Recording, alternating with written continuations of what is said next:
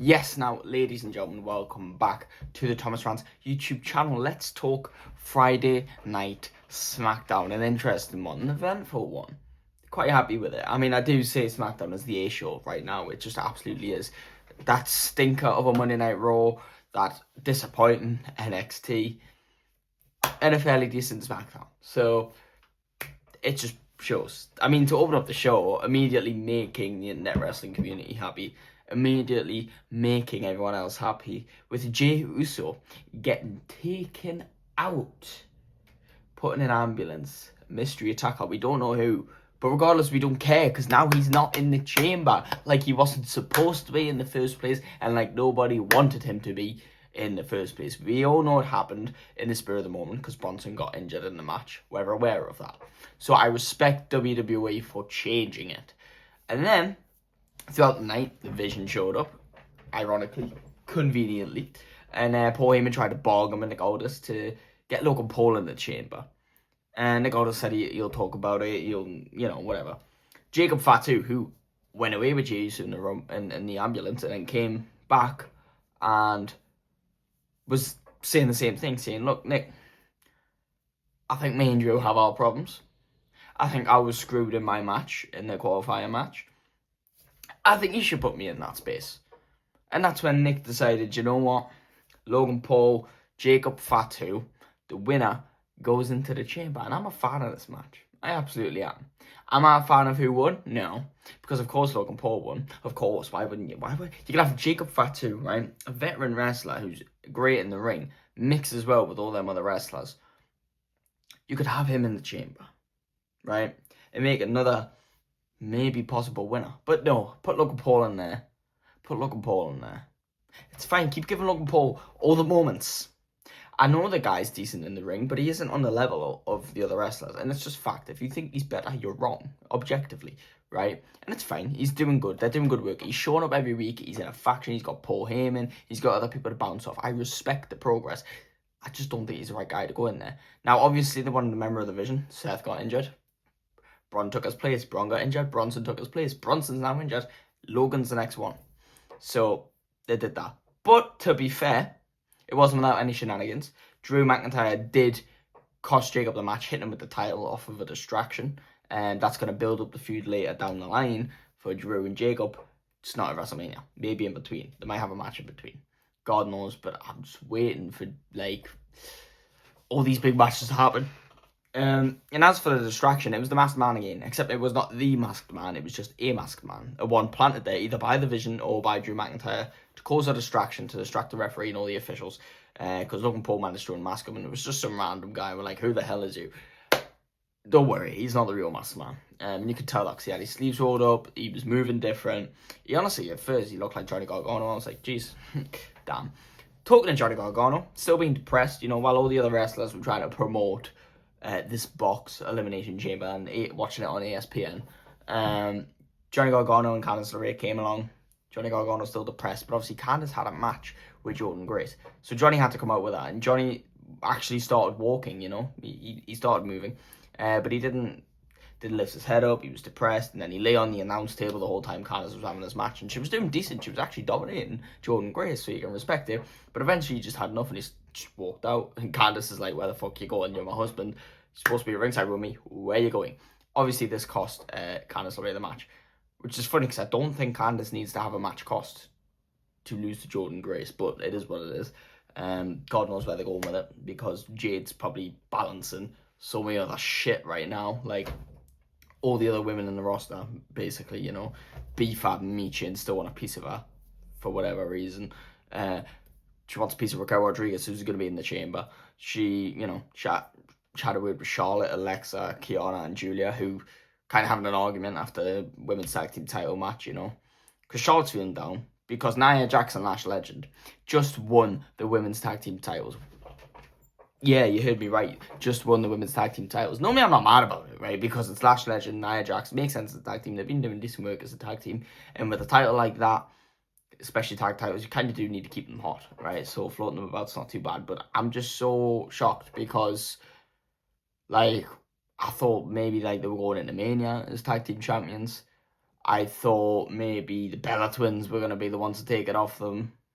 But no, Lash and Nia took them off them on the road to WrestleMania. This just meant that what the fuck was the point in Io and Rhea's reign? Let's just be real here. Like, what was the point? They've been champions for less than 2 months.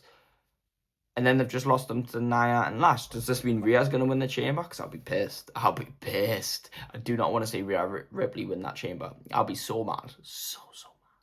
So mad. You don't understand. Maybe this causes a divide between Rhea and Io, and that's the match we get at Mania. And that, go on, do that one.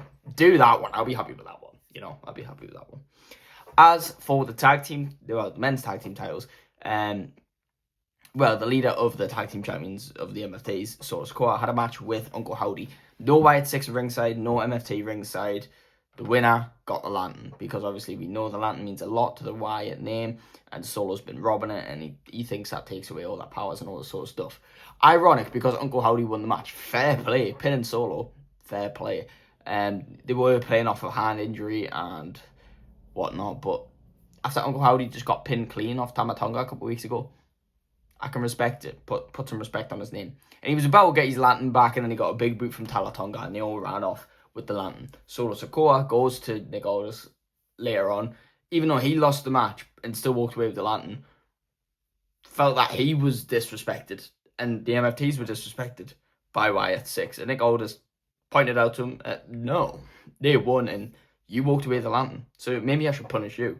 And as a matter of fact, I want to see these tag titles defended more often. So next week we're going to determine some number one contenders. And I think, well done, Nicholls. This is exactly what needs to happen. Thank you very much.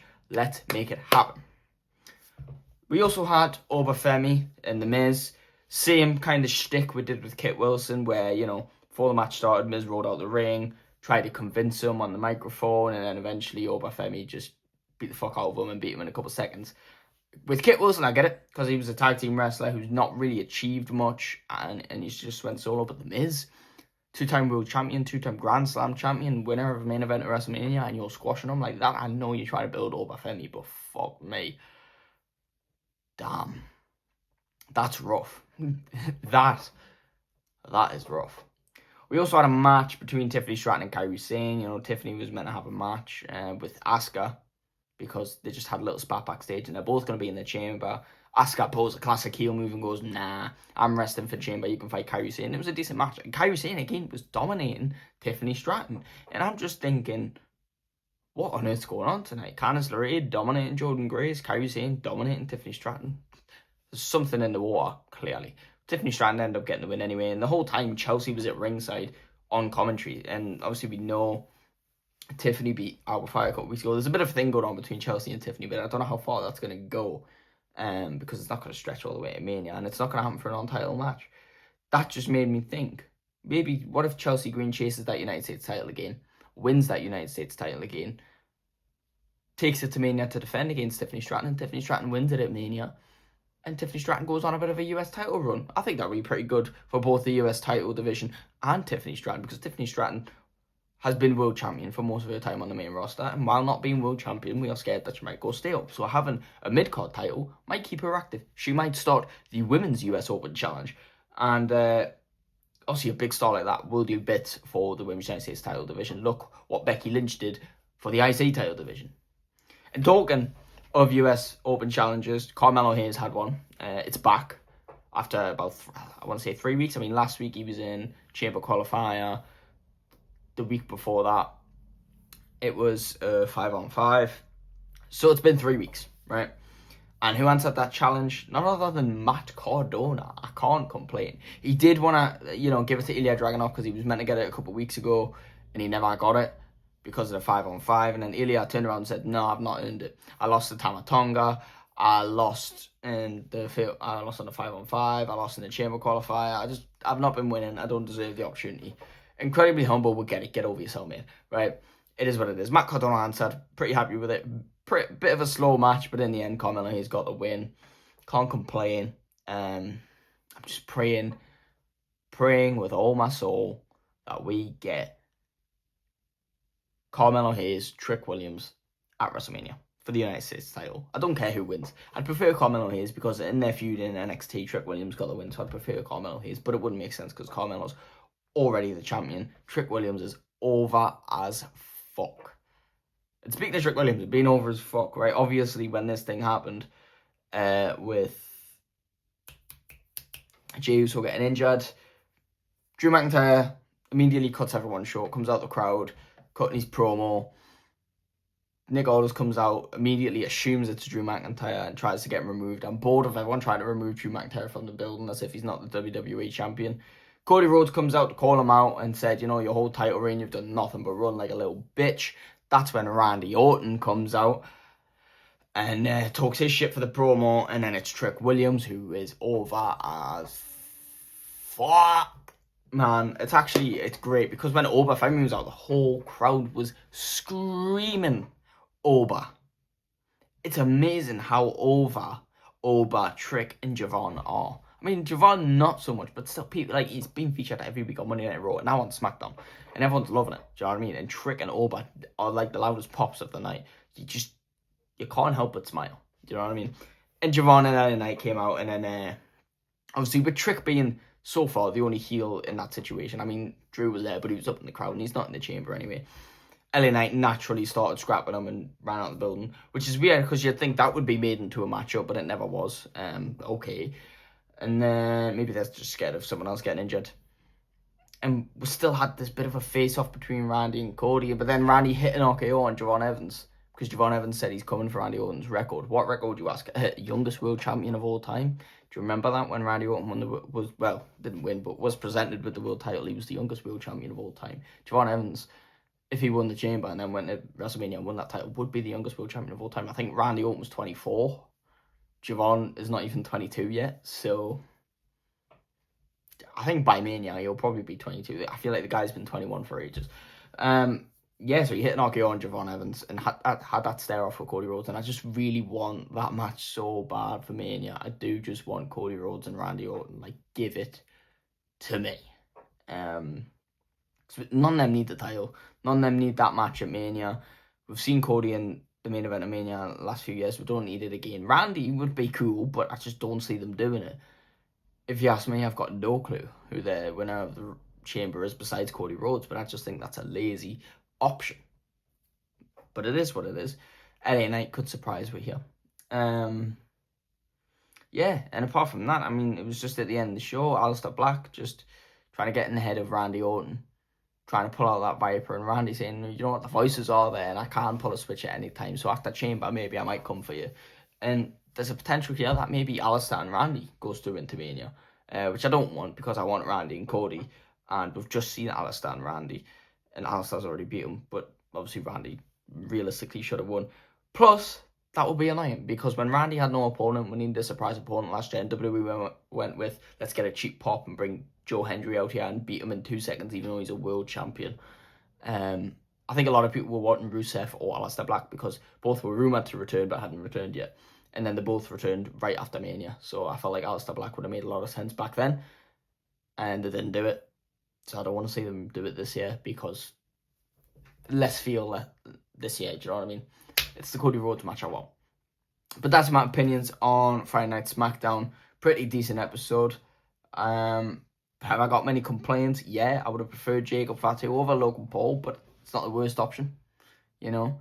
I think a better way of doing it, to be honest, would have had the thing we did a couple of years ago, where before the match starts, he gets attacked on the runway, Logan Paul runs in and closes the chamber, because that's a proper heel way to do it, you know? Earning the opportunity the night before would have been a more babyface way of doing it, you know? Oh, I didn't even talk about Sami Zayn. Sami Zayn last week crashed out at Cody Rhodes, right? Because he was calling him out for, oh, you stole my opportunity, and he crashed out. And both men just had this thing, and then Sami, like, just all of a sudden just got it back together, shook his hand, said, look, I'm sorry. And then he started crashing out because he's an idiot. And then he did the same this week, but with Jacob Fatu. We tried blaming Jacob Fatu for what happened with Jey Uso, because it's convenient how Jacob was there when Jey was hurt, and then Jacob was there to take the opportunity when Jey was gone. And then eventually, after lots of stare-off and heatedness, Sami apologised, and then when Jacob left, he crashed out again. Sammy's going through a bit of a crisis since not being able to win that WWE Championship. Since he came back and he was so determined to win it, and then he didn't win it. It's got in his head.